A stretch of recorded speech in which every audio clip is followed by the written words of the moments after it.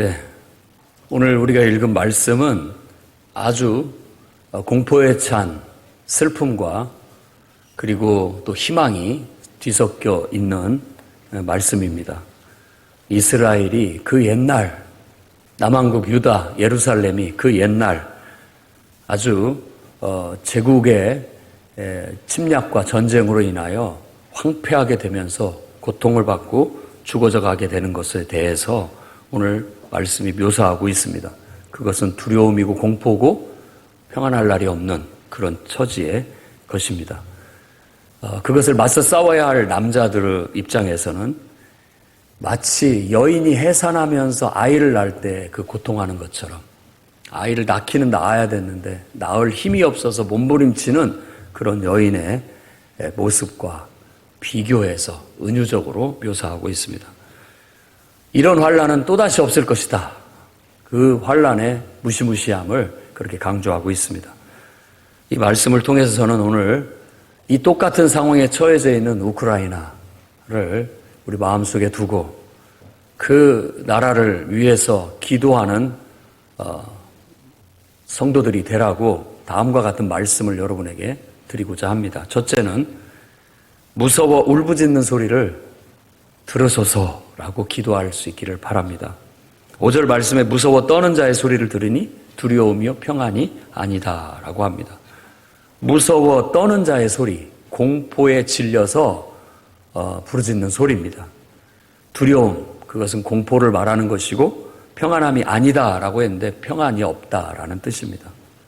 그야말로 평안은 사라져버렸고 폭력뿐이고 두려움과 공포가 엄습한 그런 상황을 이와 같이 묘사하고 있습니다. 그 옛날 이스라엘은 하나님의 백성으로서의 자신의 신앙을 지켜내지 못하고 정말 하나님의 백성답게 살지 못함으로써 벌어지게 되는 이 큰 재앙 앞에 바로 이스라엘과 유다는 두려움에 떨게 되었던 것입니다.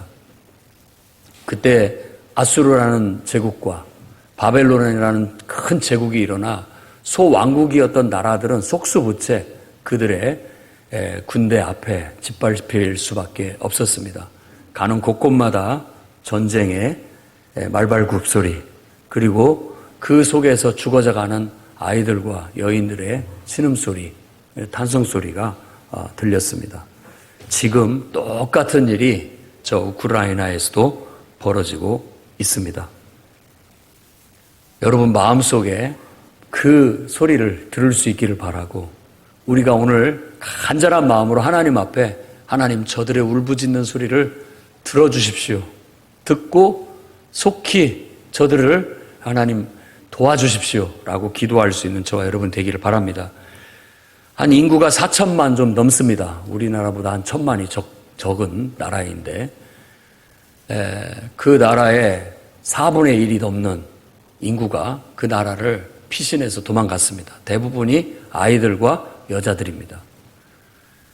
그들이 이웃 나라에 피신했지만 그들에게 있어서 당장 필요한 건 잠을 잘 수 있는 그런 천막이나 그리고 매트리스, 그리고 하루하루 먹을 수 있는 식량, 그리고 살아갈 수 있는 구호 식품들, 그런 물품들이 아주 엄청나게 필요한 상황에 놓여져 있습니다.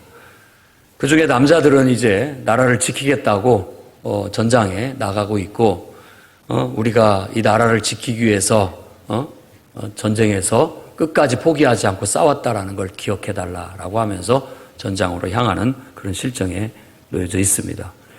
우리는 매스컴을 통해서 그 실상들을 몇 장면들로 보고 있습니다.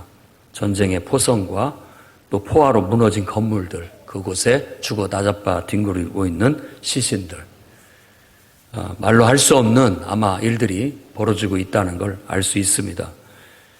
전쟁의 참화 속에서 아이들과 여인들이 희생당하는 건 예로부터 지금까지 있었던 일들이고 그걸로 인해서 울부짖는 그 공포에 질린 그 음성을 오늘 우리는 듣는 듯 합니다. 하나님께서도 그 음성을 들으시고 속히 하나님 역사하셔서 그 문제를 해결해 달라고 한마음으로 기도할 수 있는 저와 여러분이 되기를 바랍니다. 두 번째로는 외세의 압제 그리고 폭력, 공격으로부터 저들을 구원해달라고 함께 기도하기를 바랍니다. 6절 말씀에 해산하는 남자가 어디 있는가? 라고 그렇게 얘기합니다. 이 남자들이 해산을 할 수는 없죠. 근데 여인들이 해산을 하면서 큰 몸부림치고 기운이 다 빠져서 애는 낳기는 낳아야 되는데 힘이 빠져갖고 힘을 못 쓰는 여인들의 모습과 지금 전쟁의 참상 앞에서 그 막강한 군대들을 맞서 싸워야 하는 그 젊은 용사들, 전쟁에 나가야 할 남자들의 모습을 빗대어서 얘기해주고 있습니다. 손을 허리에 얹었다라는 것은 두 가지로 볼 수가 있는데, 하나는 도대체 어떻게 해야 된단 말인가, 넋을 놓고 바라보고 있는 모습입니다. 뭘 어떻게 해야 할지. 너무나 그 밀려오는 압박이 심하고 폭력이 심한데 그 앞에서 뭐라고 얘기하냐면 얼굴이 새파랗게 질렸다고, 겁에 질렸다라고 묘사하고 있는 거예요. 사실 여인이 힘을 써서 아이를 낳아야 되는데 조금만 더 힘내십시오, 조금만 더 힘내십시오 하는데도 힘을 낼 힘이 없으면 아이는 출산할 수가 없습니다. 마찬가지죠. 국가에 전란이 일어나고 어려움이 처했을 때 그걸 바라보면서 정말 넋을 잃어버리고 어떻게 할 바를 몰라서 이렇게 난처해 있는 그 모습, 그리고 어찌할 줄을 몰라서 아무것도 하지 못하고 서 있는 그 젊은 남자들의 모습들을 보여주고 있습니다. 그러면 결국은 아무것도 할 수 없게 되고 패배할 수밖에 없는 것이죠.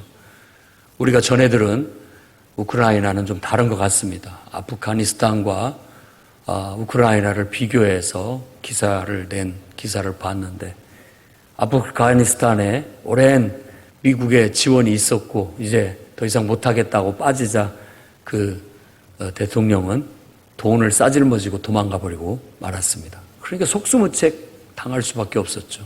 그러나 우크라이나는 전용기를 보내서 피할 수 있는 길을 마련해 줬음에도 불구하고 나는 끝까지 항전하겠다라는 젤렌스키 대통령의 항전 선언과 함께 모든 젊은이들과 남자들은 끝까지 싸우다 죽겠다라는 그런 전의를 불태우게 되었던 것입니다.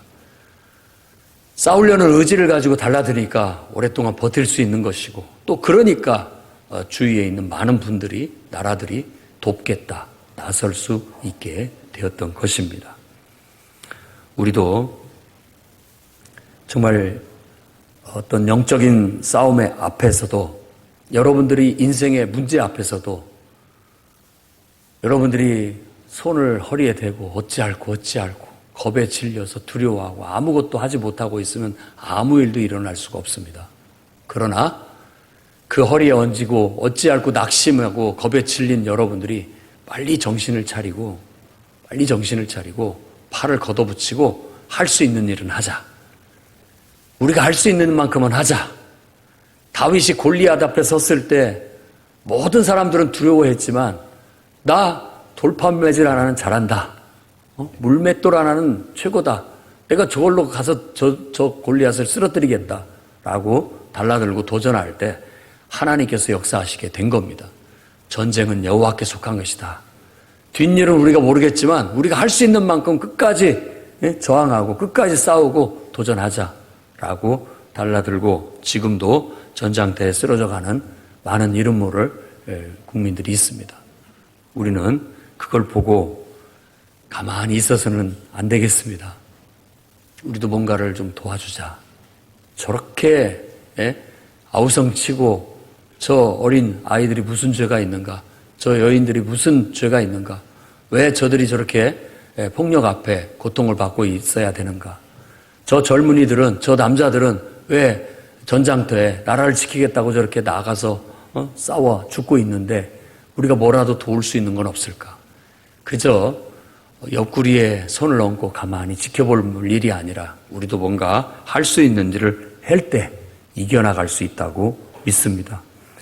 무기력한, 힘이 없어서 해산하지 못하는, 외세의 압박을, 외세의 전쟁을 밀어내지 못하는 저들에게 힘을 보태줍시다.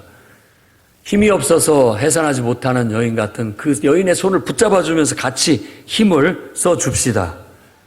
기도로 할 수 있습니다. 주여, 그들에게 힘을 주십시오. 이길 수 있는 힘을 주십시오. 싸울 수 있는 용기를 주십시오. 또 이겨낼 수 있는 능력을 주십시오. 함께 기도할 수 있고 하나님의 구원을 하나님 앞에 간절히 우리로 기도로 도울 수 있다고 믿습니다. 7절 말씀에 그들은 야곱의 환난의 때가 됨이라. 그러나 그가 환난에서 구하여냄을 얻으리라. 말로 할 수 없는 그런 상황이지만 결국 하나님께서는 이겨내게 하실 줄로 믿습니다. 우리 민족을 한번 돌아보십시오. 일제 36년간의 압제를 받았습니다. 많은 독립운동을 했고 또 독립을 위해서 준비도 많이 했습니다만은 정작 그것으로 광복이 찾아온 게 아닙니다. 갑자기 찾아온 거예요. 그게 바로 하나님의 역사였던 것이죠. 하나님의 역사, 하나님의 은혜는 가장 좋은 방법으로, 가장 좋을 때 인간이 생각할 수 없는 방법으로 해결될 수 있다고 믿습니다. 6.25가 터졌을 때 많은 나라에서 군인들을 보내주고 함께 싸우게 해서 우리가 이걸 막아낼 수 있었고 이길 수 있었습니다. 나라를 지킬 수 있었습니다. 그 뒤에도 많은 나라에서 구호불자들을 보내와서 그걸 통해서 우리가 지금의 이 큰 경제적 부를 이루게 된 줄로 믿습니다. 우리도 그들이 외세의 압박으로부터, 침략으로부터, 괴롭힘으로부터 정말 기도하면서 잘 이겨낼 수 있도록 우리가 교회와 성도된 도리로서 정치적인 이해관계 우리는 잘 모릅니다. 그리고 또 전쟁에 대해서도 잘 모릅니다. 단지 정말 하나님의 사랑으로, 하나님의 사랑의 눈으로 봤을 때 그들이 고통받는 것을 외면할 수 있어서는 안 되겠습니다. 저들이 전쟁의 참화 속에 고통받고 있는 것들을 뭔가 도울 수 있는 길을 찾아야 되겠고 함께 기도하고 도움의 길을 베풀 수 있어야 되겠습니다. 하나님께서 극적으로 역사해 주셔서 가장 좋은 해결 방법들을 발견할 수 있게 해달라고, 하나님이 해결해 주시라고, 그들이 그 환난에서 구하여냄을 얻으리라 약속하신 말씀처럼 빨리 그런 역사들이 일어날 수 있기를 바랍니다. 그다음에 세 번째로는 주님의 은혜 가운데 안전하게 사는 그런 나라가 올 수 있도록 우리 함께 기도합시다. 8절에 그날에 내가 내 목에서 그 멍에를 꺾어버리며 내 포박을 끊으리니 다시는 이방인을 섬기지 아니하리라. 그들은 그들의 하나님 여호와를 섬기며 내가 그들을 위하여 세울 그들의 왕 다윗을 섬기리라 라고 희망을 우리에게 얘기해 주고 있습니다. 그 목에서 멍에를 꺾어버리겠다. 압제로부터 벗어나게 해주겠다. 자유함을 얻겠다.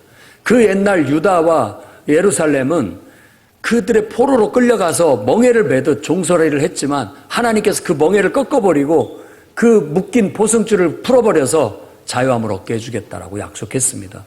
이 말씀은 어쩌면 우리가 죄의 멍에 사탄의 포승줄에 매여서 죄 가운데 사탄의 압제 가운데 살아가고 있던 우리들이 다윗의 왕, 그 왕통으로 이 땅에 오신 예수께서 십자가의 죽으심으로써 그 멍에를 꺾어버렸고 그 죄의 사탄의 줄을 풀어버린 줄 믿으시기 바랍니다.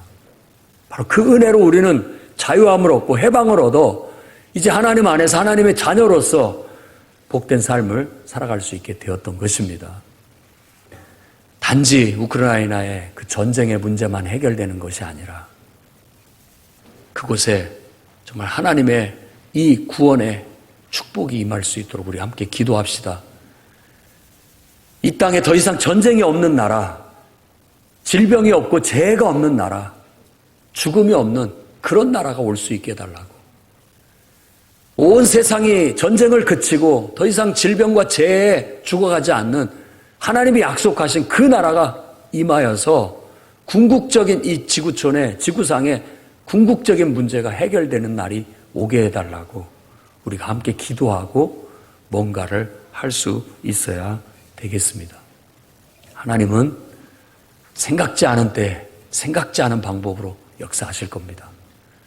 저 독일이 동독과 서독으로 나눠져 있을 때 생각지 않은 방법으로 그 기사의 오보로 인해서 갑작스럽게 그 마음에 먹고 있던 것을 행동으로 옮기고 있지 못한 것들을 그냥 탁 행동으로 옮길 수 있도록 주님이 떠밀어가지고 해결해버린 것처럼 지금도 여러 가지 이해관계가 복잡한 문제 속에서 이러지도 저러지도 못하는 그런 상황 속에서 하나님이 개입하시고 역사하시면 순간적으로 그 문제는 해결될 수 있고, 또 이 땅의 궁극적인 문제는 예수 그리스도의 복음으로 약속하신 바대로 하나님 나라가 임할 때 그 일들은 벌어지게 될 줄로 믿습니다.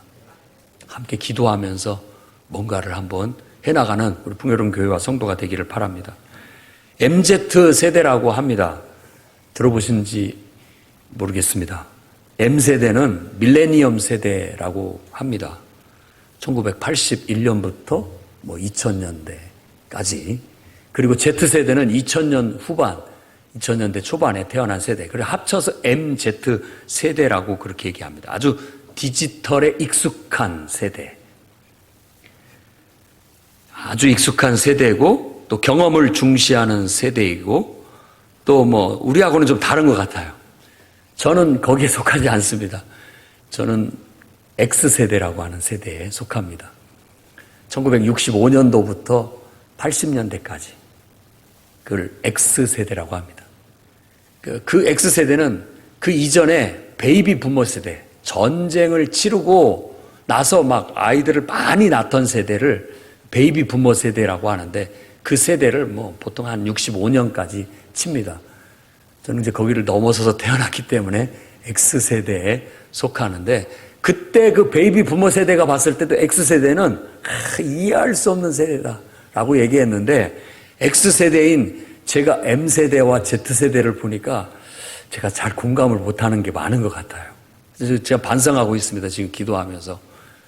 MZ세대를 어떻게 품을 수 있고 저들을 섬길 수 있을까? 사고방식이 좀 안 맞는 것 같고 좀 틀려요. 근데 그런 얘기를 제가 들으려는 게 아니라, 동아일보의 MZ세대가 세상을 위해서 기부하고 봉사하는 방법에 대해서 실어놔서 여러분에게 그 얘기를 드리려고 합니다. 이 MZ세대는 기부 문화가 좀 달라요. 3년 동안 기른 머리를 싹둑 잘라가지고 그 머리를 기부한답니다. 아주 쉽고 편하고 간단하게 할 수 있는, 뭔가 자기가 할 수 있는 일을 한다는 거예요. 그걸 소아암 환자들을 위해서 기부를 하게 되면 그것이 또 비싼 값에 팔려서 그것을 도울 수 있다고 합니다. 그리고 등산을 갈 때 등산 플로깅이라고 해가지고 등산을 갈 때 쓰레기 봉지를 가지고 가서 운동도 하고 쓰레기도 줍고, 여행을 가서 바닷가에 가서 여행을 즐기고 또 쓰레기도 담아서 오는 그런 일들을 실천하면서 자기들 나름대로 사회를 위해서 또 세상을 위해서 봉사한다, 섬긴다, 기부한다, 그렇게 얘기한다고 합니다. 또 음식 배달을 주문할 때 일회용품을 빼고 보내주세요 라고 말한다고 합니다. 환경을 위해서. 그것도 하나의 봉사하고 섬김이라고 생각한다는 거죠. 울진에서 산불이 났을 때 소방관에게 무료로 식사를 제공했던 식당을 알아내가지고 전화를 해가지고 음식을 주문하고 결제를 하되, 음식은 주지 마시고 누구든지 오면 먹을 수 있게 해주십시오. 그런 식으로 기부를 하고 봉사를 하는 세대가 MZ세대다라고 그렇게 소개하는 내용을 봤습니다. 누구나 쉽게 할 수 있는 일, 그래서 일상 속에서 가볍게 할 수 있는 봉사, 기부, 그리고 가치 있고 또 재밌게 할 수 있는 기부나 봉사에 참여를 하고 있다라는 얘기를 들어봤습니다. 오늘 우리는 이제 2022년도 전반기 선교 바자회를 하고 있습니다. 우리 권사님들이 쑥을 직접 뜯어다가 그걸 말려다가 방앗간에 밖에서 떡을 쪄와가지고 또 직접 또 여기서 개떡을 쪄내고 정성껏 준비했습니다. 그리고 또 반찬들, 왜 처갓집 음식마다 맛있는 것은 왜 그걸 붙이는지 제가 더 느낄 수 있는 기간이었습니다. 우리 권사님들이 실력 발휘를 해가지고 온갖 그 반찬과 이런 걸 만드는데 제 아내한테 평상시 이렇게 먹어보지 못한 그런 반찬들이죠. 그래서 제가 늘 감사하게 생각하고 있습니다. 권사님들 아니면 제가 이런 걸 어디서 먹어보겠습니까? 저희 어머니는 돌아가셨고 뭐 누가 해줄 사람도 없습니다. 저희 장모님도 안 계시는데 이런 것들을 권사님들 아니면 먹어볼 수 없는 그런 반찬들을 정성껏 준비를 했습니다. 여러분들한테 우크라이나를 위해서 또 어려운 사람들을 위해서 헌금합시다 할 수 있습니다. 쉽게 할 수 있는 거죠. 하지만 공짜는 그렇게 가치가 없는 거예요. 이렇게 정성을 들이고 땀을 흘리고 희생을 하고 아마 몸살이나 안 나셨는지 모르겠습니다. 이런 모든 것들이 할 수 있는 만큼 우리가 해서 그냥 공짜가 아니라 우리의 노력과 정성이 담긴 것들을 여러분들이 또 맛있고 좋은 필요한 것들을 사가고 가짐으로써 여러분들도 여러분들이 지불하는 그 금액 속에 바로 이와 같은 기부가 들어간 거예요. 맛있게 먹고 즐기면서 기부하는 문화에 편승한 거라고 볼 수 있다라는 겁니다. 또 우리 보재기 순두부집에서는 정말 이 세종에서 제일 가는 순수한 정말 너무나 좋은 순두부를 기증을 해주셨고 또 많은 분들이 여러 가지로 물심양면으로 협조하고 협력해서 코로나19 가운데서도 작은 바자회를 시작을 하고 있습니다. 여러분이 적극적으로 동참해서 함께 정말 우리들이 모인 이 정성이 누군가에게 생필품으로 누군가에게 힘을 실어주는 그런 위로로 전달될 수 있기를 바라겠습니다. 기도하겠습니다. 거룩하신 주님,